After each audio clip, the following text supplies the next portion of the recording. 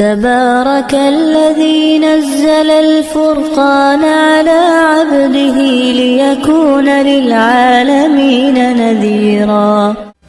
الحمد لله الذي هدانا لهذا وما كنا لنهتدي لولا ان هدانا اللہ. مشرکین نے جب تحقیق کی جناب رسول اللہ صلی اللہ علیہ وسلم کے بارے میں تو وہ تو کہاں تک پہنچے کہ پڑھے لکھے یہودی تھے ان تک پہنچے. یہودیوں کے پاس جب پہنچے تو یہودیوں نے یوں کہا کہ ہم تو ان کو آخری رسول نہیں سمجھ سکتے. تو پھر اللہ جل شانہ نے ان کے دو جوابات نازل فرمائے. پہلا جواب آپ اگلے سبق میں سن چکے ہیں.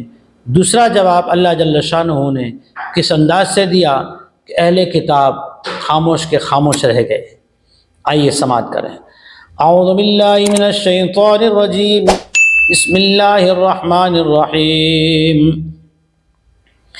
الذین آتیناہم الکتاب یعرفونہ کما یعرفون ابناءہم الذین خسروا انفسہم فہم لا یؤمنون. جن لوگوں کو ہم نے کتاب دی ہے، اللہ جواب دے رہے ہیں، یہ کہتے ہیں ان کو پتہ نہیں ہے. جن لوگوں کو ہم نے کتاب دی ہے وہ تو اپنے آخری نبی، جو تو اللہ کے آخری نبی جناب محمد رسول اللہ صلی اللہ علیہ وسلم کو یوں پہچانتے ہیں جیسا کہ اپنے بیٹوں کو پہچانتے ہیں. لیکن ان لوگوں نے جو ایمان لانے والے نہیں ہیں انہوں نے اپنا نقصان کیا. الذین خسروا انفسہم، اپنا نقصان کیا. روایت میں آتا ہے حضرت عمر بن خطاب رضی اللہ تعالیٰ عنہ نے عبداللہ بن سلام رضی اللہ تعالیٰ عنہ جو پہلے تورات کے عالم بھی تھے ان سے جب پوچھا، یہ سیاہ ستہ میں روایت موجود ہے کہ قرآن تو یوں کہتا ہے کہ تم اللہ کے نبی علیہ الصلاۃ والسلام کو یوں جانتے ہو کہ جیسے اپنے بیٹوں کو جانیں.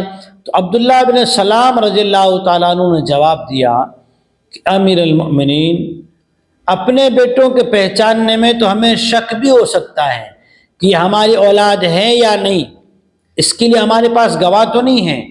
لیکن محمد رسول اللہ صلی اللہ علیہ وسلم کی ساری زندگی ہجرت اور پیدائش، وطن اصلی اور جہاں ہجرت کر کے آئیں گے، ساری چیزیں صحابہ کے صفات تورات میں بھی ہے، انجیل میں بھی ہے. لیکن یہ یہودی حسد کی وجہ سے قبول نہیں کرتے. مشرکین کو بھی جواب مل گیا اور اہل کتاب کا بھی جو پروپیگنڈا تھا، جو چال بازی تھی پیٹ بھرنے کے لیے اور اپنی جیب بھرنے کے لیے، وہ جواب ان کی پول بھی کھل گئی. پھر اللہ نے کیا جواب دیا؟ وَمَنْ أَظْلَمُ مِمَّنِ افْتَرَىٰ عَلَى اللَّهِ كَذِبًا أَوْ كَذَّبَ بِآيَاتِهِ إِنَّهُ لَا يُفْلِحُ الظَّالِمُونَ. اس سے بڑا ظالم کون ہوگا جو اللہ پر بھی جھوٹ بولتا ہے کہ اللہ نے کوئی گواہی نہیں دی، کہ اللہ تعالیٰ نے کوئی آپ علیہ الصلوۃ والسلام کی پہچان نہیں بھیجی. ان کے سامنے معجزات آ گئے، ان کے سامنے اللہ کے نبی علیہ الصلوۃ والسلام کی موجودگی ہے اور اللہ کی کلام مجید کا ان کے سامنے اترنا ہے، پھر بھی اللہ پر کیسے جھوٹ بہتان باندھتے ہیں کہ پوچھنے والوں کو غلط راہ دکھاتے ہیں. وَمَنْ أَظْلَمُ مِمَّنِ افْتَرَىٰ عَلَى اللَّهِ كَذِبًا أَوْ كَذَّبَ بِآيَاتِهِ. اس سے بڑا ظالم کون ہوگا جو جھوٹ باندھے اللہ پر یا کتاب میں سے جھوٹی باتیں بیان کرے. کیا باتیں بیان کرے؟ جھوٹی باتیں بیان کرے. بے شک اللہ جل شانہ لا یفلح الظالمون، ظالم قوموں کو کامیاب نہیں کرتا. ظالم یعنی حق یہ تھا کہ حق بات پہنچاتے، حق بات کی جگہ غلط بات پہنچائی، یہ ظلم ہے. یہ بھی کیا ہے؟ ظلم ہے.